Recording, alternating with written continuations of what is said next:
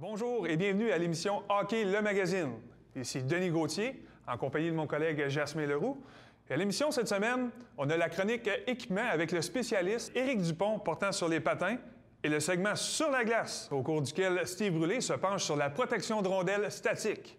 Toi, Jasmin, qu'est-ce que tu as pour nous? Bien, Denis, on s'est intéressé, nous, cette semaine, au parcours vers l'alénage de l'ancienne vedette des Canadiens de Montréal, Stéphane Richer, qui est le dernier membre du tricolore à avoir inscrit 50 buts en une saison. Mais pour commencer, on pénètre dans l'univers du sport-études pour comprendre comment bien concilier études et hockey. Pour ce faire, on a rencontré un joueur, un parent, un entraîneur et un responsable du programme académique qui nous en apprendront davantage sur cette réalité qui est de plus en plus populaire à travers le Québec. Hockey Magazine, c'est parti!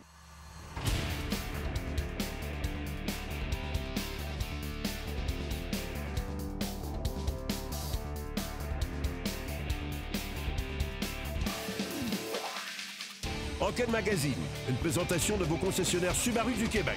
Subaru, confiance et évolution. Samedi dernier, vous êtes peut-être allé voir un match de Bantam 3A ou de Midget Espoir en pensant à tort que le jeune a débuté sa préparation quelques heures seulement avant ce match.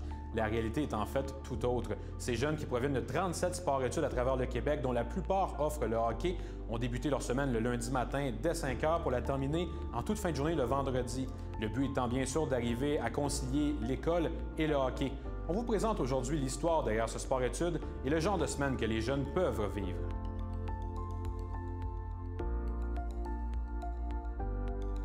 Je me réveille à 5h30 pour aller prendre mon autobus à 6 h proche de chez nous.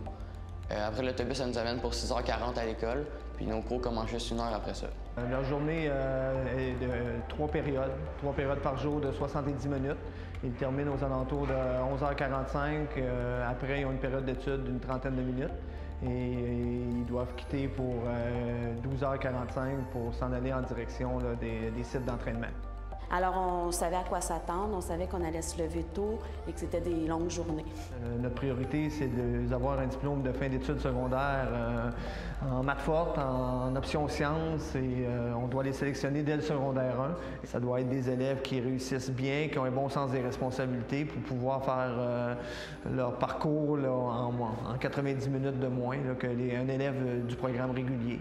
Et on coupe dans l'ensemble des matières. On a une grille matière et on coupe un certain nombre de périodes là, pour chacune des matières. Mais on voit le même programme, mais plus rapidement.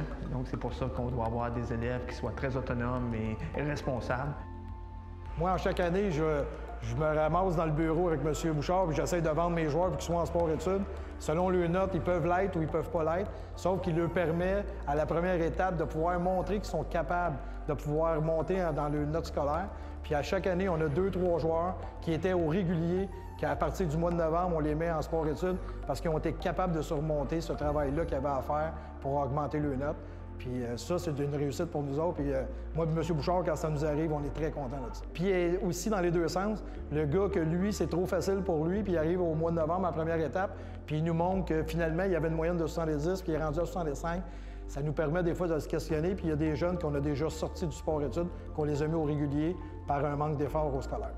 Et oui, vu que les parents sont très inquiets quand les jeunes commencent le secondaire, c'est une bonne chose d'avoir des grands frères parce que vous allez parler tantôt avec M. Pierre Bouchard, vous allez voir à l'école, ça s'intègre facilement parce que les jeunes, les grands les prennent en charge. Moi, au début de la saison, j'avais mis les Midget Espoir en charge des jeunes pour les emmener à l'autobus, les emmener pour les faciliter la tâche pour s'en venir à l'aréna. Et depuis ce temps-là, je veux dire, tout le monde est ensemble. L'heure du midi, ils dînent toute la gang ensemble. Ils sont vraiment un groupe uni là, déjà au début de saison. On a une bonne relation avec tout le monde. Les jeunes ensemble, bien, on s'entend tous bien. Fait que la fin de semaine, bien, c'est le fun. Les soirées, j'ai presque pas de devoirs parce qu'on a le temps de les faire à l'école. Puis sinon, ben, je mange avec mes parents puis je décroche là. Et puis s'il y a des travaux, de l'étude, il le fait un peu plus tard. Et oui, il est capable de relaxer devant la télé, jeux vidéo et médias sociaux. La priorité, c'est vraiment l'école. Je travaille vraiment avec M. Bouchard de l'école Félix-Leclerc. Et l'étude va passer vraiment avant le hockey pour nous.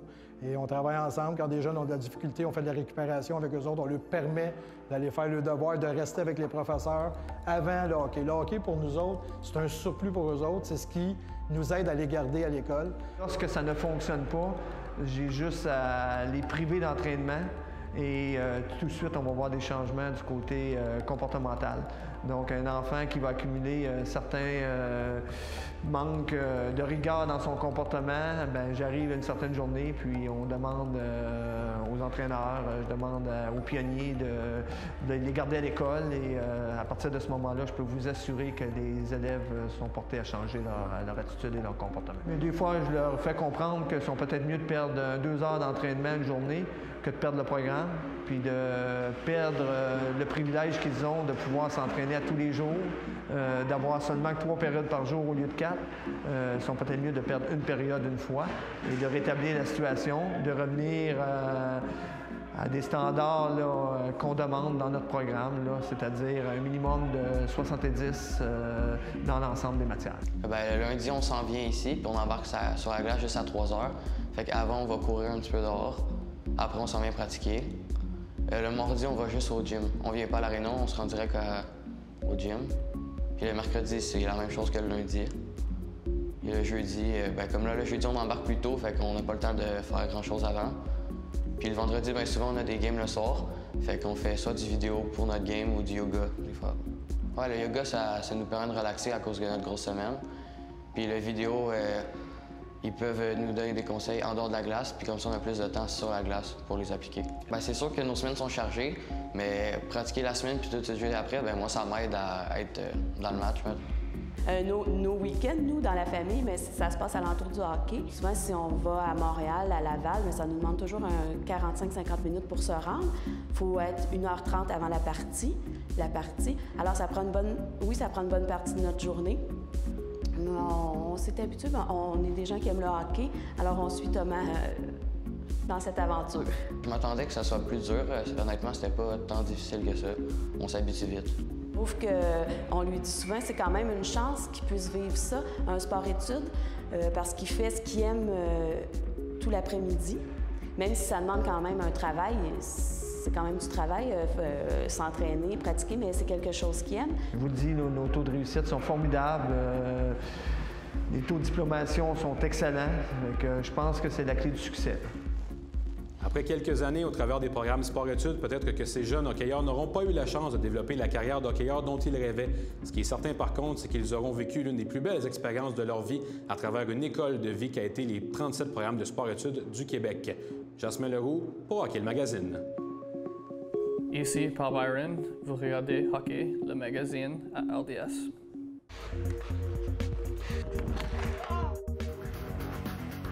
Cette chronique équipement vous est présentée par le Trio Hockey, Sport Rousseau, Hockey Expert et l'Entrepôt du Hockey.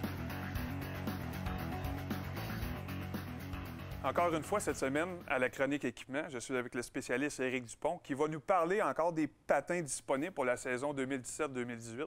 Il faut le dire, des patins qui ont certainement évolué depuis 1856 à leur arrivée au Québec. Je regarde ce que vous avez ici. C'est un avancement technologique fulgurant en partant avec le Vapor One X. Les patins Bauer sont développés à Blainville, au Québec. Donc cette année, Bauer, avec le nouveau 1X, arrive avec une nouvelle languette Flex Lock Pro qui permet de bien verrouiller le pied à l'intérieur et qui assure une protection au-dessus du pied, en plus d'offrir le bon ajustement et la flexibilité pour aller plus vite. Vous pouvez aussi garder vos pieds au sec et bien en place grâce à la doubleur Lock Fit Pro.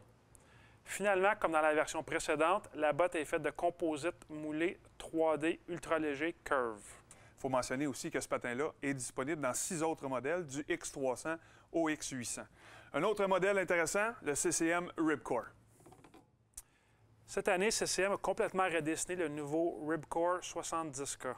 Si on prend le 70K, par exemple, sa technologie Flex Frame assure une plus grande amplitude du mouvement vers l'avant, ce qui aide à générer de la puissance.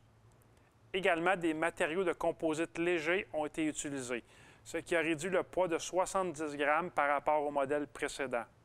Finalement, la lame Speed Blade Black en acier inoxydable procure une meilleure glisse. C'est important aussi de noter que ce patin-là est disponible dans une version 68K, 66 et 64K également, et aussi dans les formats adultes, juniors et enfants. Je pense que tu as de quoi aussi d'autre à présenter. Il y a de quoi de spécial dans vos magasins? Exactement. On a la chance d'avoir dans quelques-uns de nos méga magasins à travers la province un laboratoire Bauer 3D fait pour ajuster les patins. Ça prend en quelques secondes, il y a 64 caméras qui captent une image de ton pied en quelques secondes qui te dit quel patin Bauer va te faire le mieux.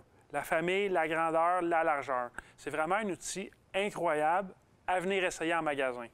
Absolument intéressant et fascinant également. Merci encore une fois pour une excellente chronique.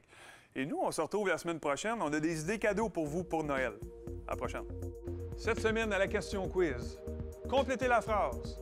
Lors de la saison 1987-88, sa troisième dans la Ligue nationale, Stéphane Richer, un ailier gauche et choix de deuxième tour du Canadien en 1984, est devenu le premier joueur de l'histoire du tricolore à inscrire 50 buts en une saison depuis...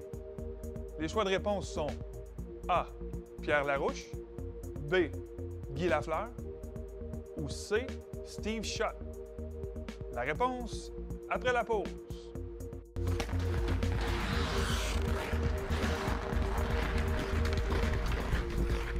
La réponse A.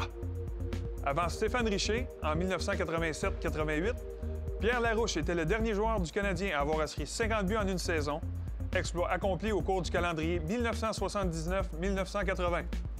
Cette saison-là, il avait amassé 91 points en 73 matchs, rendement bon pour le deuxième rang des marqueurs de l'équipe derrière Guy Lafleur. En tout, il aurait réussi 2 saisons d'au moins 50 buts au cours de sa carrière de 15 ans. On a d'ailleurs réalisé une entrevue avec l'ancien numéro 44 du Canadien. Longue histoire courte, c'est facile. Si on revient dans les années 74-75, chez nous, il n'y avait pas de patinoire comme tel, on n'avait pas d'aréna. Alors, pour les gens de mon âge, 50 ans et plus, on va se rappeler, tout le monde jouait dehors, il n'y avait pas d'atome, ni PU, ni bantam. Tu avais une coupe de rondelles, le meilleur, c'est tout le temps lui qui avait la rondelle sur la palette. C'est le même que j'ai joué mon hockey mineur. Et puis, vraiment, si tu veux, peut-être à l'âge PU, à Saint-André-en-Velay, parce qu'ils ont bâti la première aréna dans la région de la petite nation. Et puis, j'ai joué mon hockey PU là. C'est la première fois qu'on avait vraiment une patinoire à l'intérieur, puis là, on pouvait patiner comme on voulait, parce qu'on était peut-être quoi à ce moment-là? Peut-être 60 jeunes qui jouaient au hockey organisé à ce moment-là. On n'avait pas d'équipement. On n'avait pas de gilet, on n'avait pas de bas. C'est des parents, des fois, qui nous fournissaient du stock. Je me rappelle, le premier tournoi, on était 4 défenseurs, on avait 2 paires de gants. On avait un hockey pour 2 gars. Mais ça a commencé comme ça, puis... Heureusement, malheureusement, mon chum Pat Byrne, il y avait un petit gars Ripon qui était supérieur aux autres, qui avait entendu parler qu'il y avait un petit gars qui jouait dehors avec son père et ses oncles, puis il se débrouillait, même si j'étais pas mal le plus petit de la gang. Il a envoyé mes mots à quelques personnes pour voir s'ils pouvaient me rencontrer, mais je me suis retrouvé dans le 2B à Masson-Buckingham, et puis ça, midget 2A, sous les ordres de Pat Byrne. Mais moi, je suis cheminement était vite. À 18 ans, je suis déjà parti de l'Organisation du Canadien. C'est comique de voir ça parce qu'à 15 ans, tu joues avec tes chums, puis à 18 ans, tu joues sur la même ligue avec Guy Lafleur puis Steve Schott et Larry Robinson. J'ai toujours été le plus petit dans tous les sports. Jusqu'au point qu'à mon avis, tu te demandes est-ce que je vais grandir? Parce que je me suis retrouvé pour Pat à midget 2A, je mesurais 5 pieds 3, je pesais 135 livres. T'as beau avoir du talent, mais quelque part, tu te fais vraiment abuser, puis tu te fais rire de toi. Puis c'était la même chose un peu à l'école quand j'ai commencé à faire les sports. J'étais tellement habile, peu importe le sport. J'ai tout le temps dit que le sport me sauvait la vie. Je me revengeais, si tu veux, par rapport avec le sport. J'étais tellement bon au baseball que mes chums aussi de l'autre côté. Eux, ils avaient moins de talent. Alors le sport m'a fait que peut-être que j'ai pas été méchant envers mes chums, puis c'est ça qui me sauve la vie, probablement. Mais probablement, une leçon, c'est... Moi, je dis toujours ça, quand je fais mes partages, je leur dis toujours... j'ai toujours voulu être quelqu'un d'important aux yeux de mes parents. Je savais pas que j'allais devenir un joueur de hockey, j'aurais été un joueur de balle, mais j'ai toujours voulu être dans le sport. Le sport, j'ai tout le temps dit, ça m'a sauvé la vie. J'avais toujours un rêve, c'était de devenir une bonne personne aux yeux de mes parents. C'était ça l'importance. Peu importe l'argent qu'on avait, on n'avait pas beaucoup de choses chez nous, on n'avait pas beaucoup d'argent, mais on avait de l'amour, on avait la bonne base.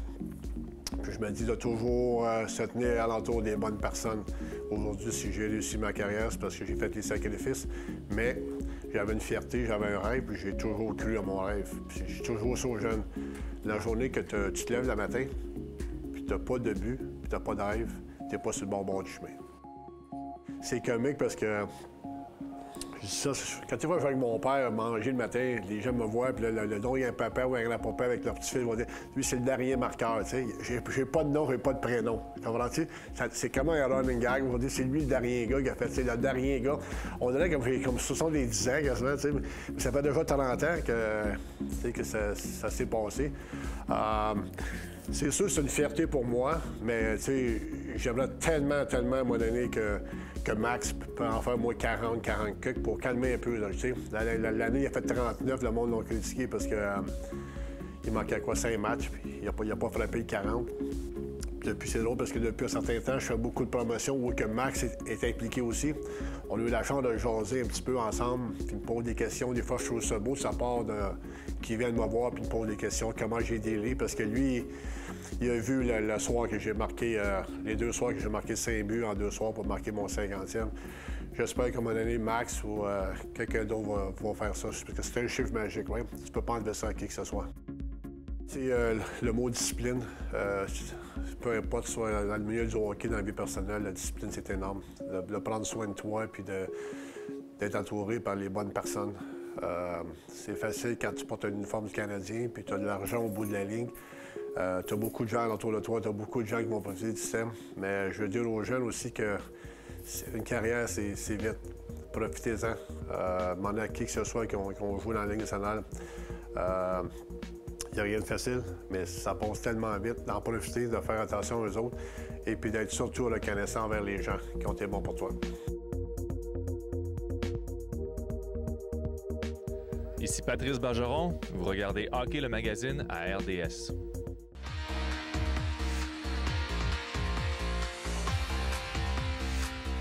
La chronique sur la glace est une présentation de Captorder, hygiène du sport.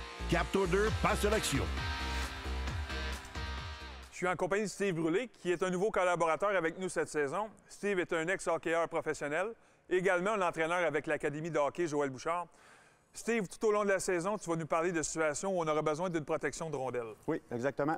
Lors d'un match, on parle souvent qu'un match de hockey, ça se joue dans des situations de 1 contre 1, un petit peu partout sur la glace.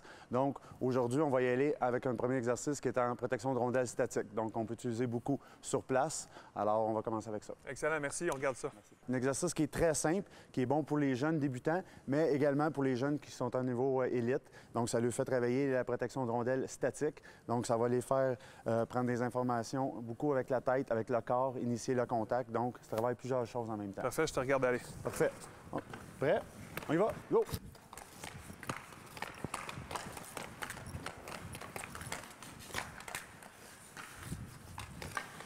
Parfait. Fait que les points clés, mettons, pour le joueur qui a la rondelle, c'est quoi pour toi? Donc, on a vu être très large, un petit peu plus large que nos épaules, être bas. On veut évidemment éloigner la rondelle du défenseur, donc ne pas exposer sa rondelle. La tête constamment en mouvement, donc savoir à quel endroit le joueur est derrière nous. Et on peut même initier le contact avec le joueur pour venir protéger sa rondelle. Parfait. On va regarder aller. Hop, deuxième rondelle.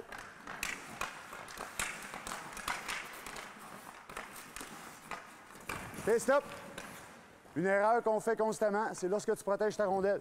Tu ne veux pas venir te tourner face au joueur pour exposer ta rondelle.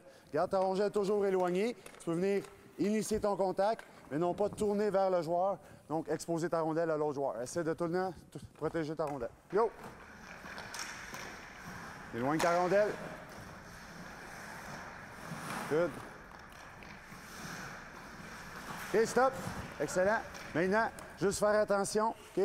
Lorsque tu protèges ta rondelle, garde ta rondelle le plus éloignée possible. OK? Si tu gardes ta rondelle près de tes patins, là, c'est plus facile pour lui de venir te l'enlever. Si tu gardes ta rondelle un peu plus éloignée, en sortant un peu, être plus large, OK? C'est plus difficile pour lui de venir récupérer la rondelle et d'être en constante prise d'information. OK? Si tu gardes ta rondelle près, c'est trop facile pour lui. OK? Donc, étire un petit peu les bras.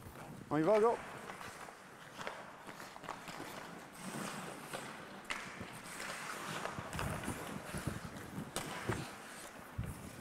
Excellent. Même chose, OK? Garde ta rondelle éloignée. Regarde pas seulement que la rondelle, OK? Sois en information, en relation avec le joueur derrière toi. Donc, quand ta rondelle est ici, il faut que tu saches il est où derrière toi. S'il vient passer à l'extérieur, tu peux agrandir tes bras un petit peu pour les protéger avec la rondelle. Donc, pour lui, c'est plus difficile de faire le tour que si on est droit, on est moins large. Donc, plus facile pour lui de venir récupérer la rondelle, OK? Essaye d'être plus large un peu.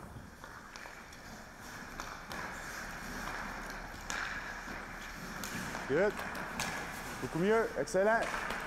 Steve, maintenant qu'on a vu une position ou une situation qui était plutôt statique, il n'y a pas beaucoup de mouvement, y a-t-il une progression ou augmenter le niveau de difficulté un peu? Oui, exactement. Ce qu'on peut faire maintenant, c'est continuer à travailler en espace restreint, donc peut-être à l'extérieur d'un cercle et en mouvement maintenant. Donc, le joueur peut se promener un peu partout dans le cercle en mouvement, toujours en protégeant sa rondelle. Les règles de base restent pareilles quand même. Les règles restent les mêmes, donc prise d'information, éloigner la rondelle du non-porteur, du défenseur. Donc, le joueur doit être en constante progression et toujours être le plus large possible sur la rondelle. Vous montez ça, boys? Cool. Bouge tes pieds. Excellent. Good. Ça devient un peu plus difficile des fois de garder les bases larges quand on est en mouvement, lorsqu'on veut bouger les pieds. OK, stop. Une chose que lorsqu'on tombe en mouvement, OK, c'est une situation de match un petit peu. Donc, 6 joueurs, mets-toi le défenseur est ici derrière moi, viens ici. C'est ici, dans un match, c'est une lecture de jeu, donc tu vas aller chercher l'espace qui est par ici. Si le joueur s'en vient sur toi ici, hop, là, tu peux te promener, aller chercher l'espace libre dans un match. Comme dans une situation de match, s'il y a une ouverture pour aller au filet, il faut que tu prennes une ouverture. OK? Donc, essayez d'être plus en mouvement un petit peu, de tout le temps bouger les pieds constamment. OK? On continue? Oui, changez les rôles, allez-y. Bouge tes pieds. Hop, rondelle, pas grave. Éloigne ta rondelle. Good. Excellent, oui, parfait ça. Good.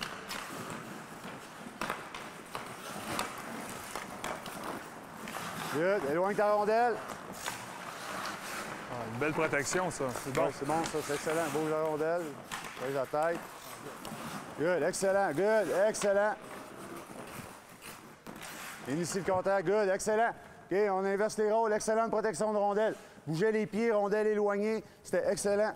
Alors, c'est un excellent exercice. Si tout le monde réussit à s'améliorer un petit peu individuellement, évidemment, en équipe, on va avoir un meilleur succès, right? Exactement. Lorsqu'on va rentrer en collectif à du 2 contre 2, 3 contre 3 de situation de match, on va pouvoir effectuer des passes et amener beaucoup d'offensives par rapport à ça. Excellent, merci beaucoup. Puis nous, on se voit la semaine prochaine. C'est déjà tout pour cette édition de Hockey le Magazine. La semaine prochaine, on a pour vous Jasmin Leroux rencontre Sylvain Guimond, docteur en psychologie du sport, qui parle de leadership. Une entrevue avec l'espoir du Canadien et actuel membre du Rocket de Laval, Jérémy Grégoire. Des idées cadeaux pour votre magasinage des fêtes dans le cadre de la chronique Équipement avec le spécialiste Éric Dupont. Et le segment Sur la glace avec Martin Brochu qui nous parle du travail des gardiens de but avant le tir. Et nous, on se donne rendez-vous dans une semaine pour une autre émission de Hockey le Magazine. Hockey le Magazine vous a été présenté par vos concessionnaires Subaru du Québec. Subaru, confiance et évolution.